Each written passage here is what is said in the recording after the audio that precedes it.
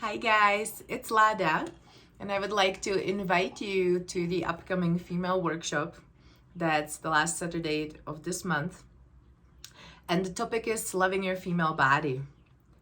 And the reason I decided to create this video for you is just to talk a little bit about my journey and my personal experience, and why I feel so strongly about teaching this workshop.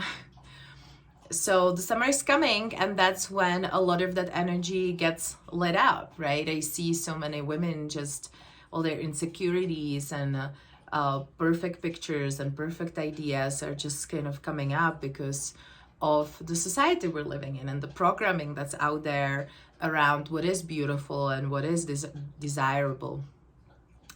And my journey, just really to cut the story short, is because of my upbringing. I developed a really serious food disorder when I was 16 years old.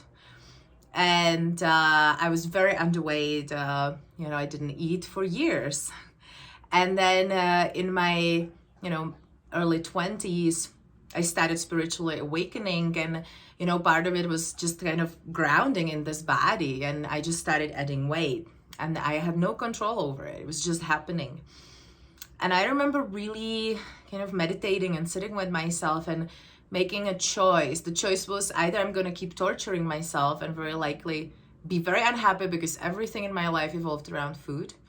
Always thinking about food, right? The less you eat, the more you think about the food. And I'm sure some of you can relate to that. And or just start loving myself. And there were tests, I was told nasty things with my friends.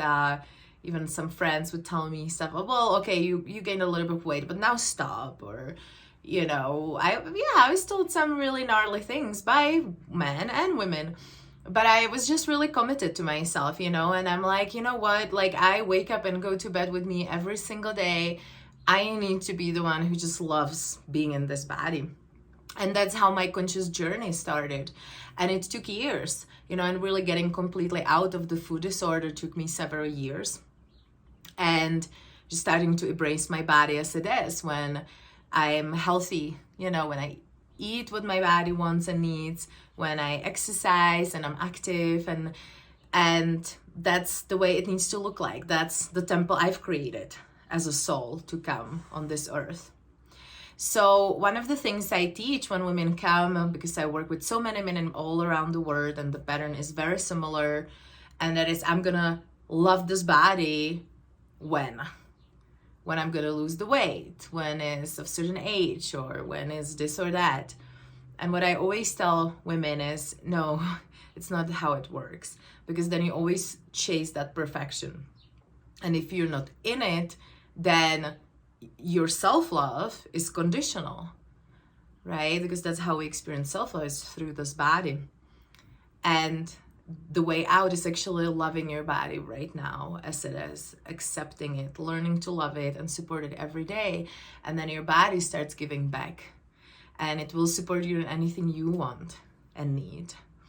And so this is what we're going to be working on. We're going to be working on releasing those old belief systems and other people's information and energy from our bodies, and, really connecting to it, exploring the gifts and exploring why did we create this kind of body, right? Because there's so many kinds of bodies, so many kinds of female bodies. We have different bone structures, we have different colors, we store fat in different places, right? And there is a certain magic behind it.